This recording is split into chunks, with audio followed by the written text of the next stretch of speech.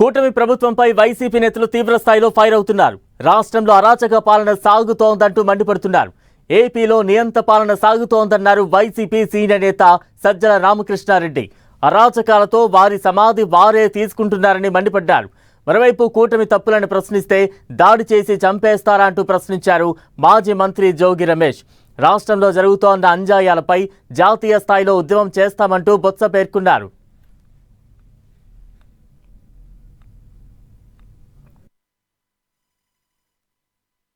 అరాచకం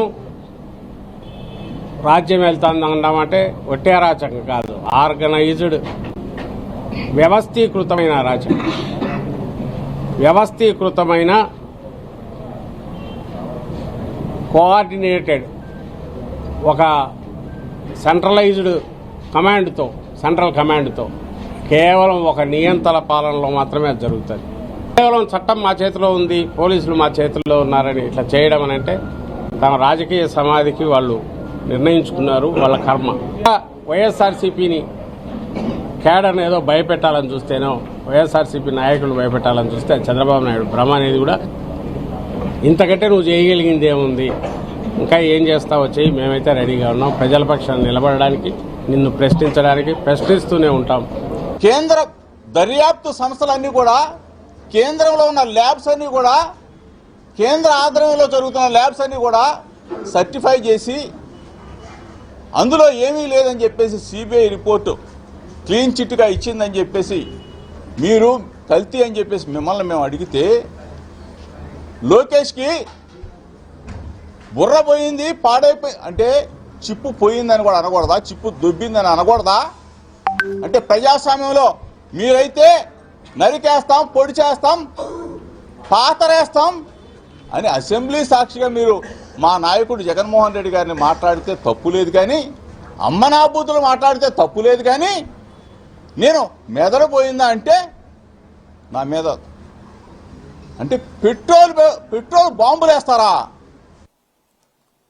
ఏదైనా ఒక సమస్య వస్తే, ఒక ఇష్యూ వస్తే దాన్ని ఏ విధంగా డైవర్ట్ చేయాలి, ఏ విధంగా మార్పు చేయాలి అని ఏది నచ్చితే చేతికొచ్చిన పని నోటుకొచ్చిన పని చేసి ప్రజా జీవితానికి నష్టం వచ్చేటట్లు, ప్రజా జీవితాన్ని ఇబ్బంది పడేటట్లు కార్యక్రమాలు చేయడం అనేది పరిపాలిస్తున్న ముఖ్యమంత్రికి తగదు. చంద్రబాబు నాయుడు ఏం చెప్తే ఏ జువా అని వెంటనే అది చేయాలా?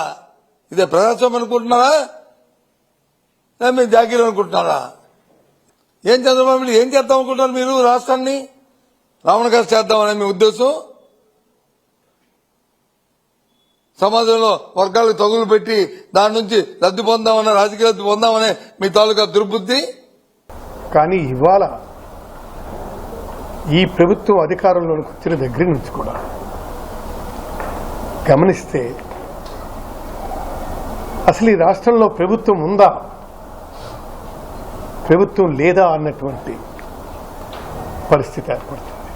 ముఖ్యమంత్రిగా నువ్వు చేపట్టాల్సినటువంటి కార్యక్రమం ఏమిటి?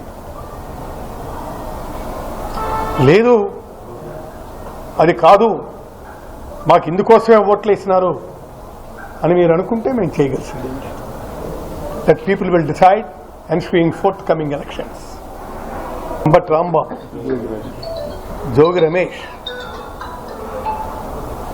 వాళ్ళ ఇళ్ల మీద జరిగినటువంటి సంఘటనలు చూస్తే చాలా దారుణాతి దారుణం, అత్యంత నికృష్టమైనటువంటి చర్యలు. డైవర్ట్ పాలిటిక్స్ అన్నటువంటిది నేర్చుకునేది వెన్నతో పెట్టిన విద్య ఈ ప్రభుత్వానికి కానీ, చంద్రబాబు నాయుడు గారికి కానీ, తెలుగుదేశం ప్రభుత్వానికి కానీ. అందులో భాగంగా ఈ విషయాన్ని ప్రజల్లోకి వెళ్ళిపోయింది. ఒక పక్కన మేము ఏదైతే లడ్డులో, పవిత్రమైనటువంటి లడ్డులో యానిమల్ ఫ్యాట్ ఉంది, ఫిష్ ఆయిల్ ఉంది, పందికొవ్వు ఉంది అని ప్రచారం చేసినటువంటి తప్పు అని తేలింది. మరొక పక్కన మిగిలిన అంశాలు కూడా ఏదైతే వాళ్ళు ఎన్నికల్లో హామీలు ఇచ్చినవన్నీ నెరవేర్చినటువంటి కూడా పక్కకు పోయాయి. ప్రజలు ఇవన్నిటినీ కూడా అసహించుకుంటున్నారనే భావనలో ఏదో ఒక రకంగా డైవర్ట్ చేయాలా అని చెప్పి విచక్షణరహితంగా దాడి చేయటం, ఇది ప్రభుత్వం యొక్క నిర్ణయంతో జరిగినటువంటి దాడిగా కనపడడం లేదా? గారిని వాళ్ళ తల్లి గారిని అన్నారు అనే కోపం ఉందా, లేకపోతే దాని చాటుగా దాన్ని అడ్డు పెట్టుకొని ఆయన వాగ్దాటితో వాళ్ళు చేసేటువంటి తప్పుల్ని ప్రజల్లోకి తీసుకెళ్తున్నారని ఒక కక్ష సాధింపుగా దాన్ని వంక పెట్టుకొని చేసినట్టుగా అనిపిస్తుందండి. ఆయన దేనికి భయపడట్లేదు, నేను అరెస్టుకు భయపడను, నేను రెడ్ బుక్కు భయపడను అని ఎందుకన్నారు? ఆ నిజాయితీ ఆయన దగ్గర ఉంది కాబట్టి. అయితే మేము మహిళల మీద దాడి చేస్తాం, మీ ఇంట్లో మహిళల మీద, అప్పుడు కూడా నువ్వు భయపడవా అని అనడం ఇది రౌడీజం అవుతుందా, రాజకీయం అవుతుందా? స్టేట్లో లా అండ్ ఆర్డర్ ఉన్నట్ట అల్లరి మూకల్ని ఎంకరేజ్ చేసి పోలీస్ వ్యవస్థను పూర్తిగా నిర్వీర్యం చేసి దగ్గరుండి వాళ్ళని ఎంకరేజ్ చేస్తూ స్త్రీల మీదకి ఉసిగొలుపుతూ బయట ఉండి ఒక మహిళా ఆధ్వర్యంలో ఒక మహిళా హోమ్ మినిస్టర్ ఉన్నటువంటి స్టేట్లో ఇది జరుగుతుంది.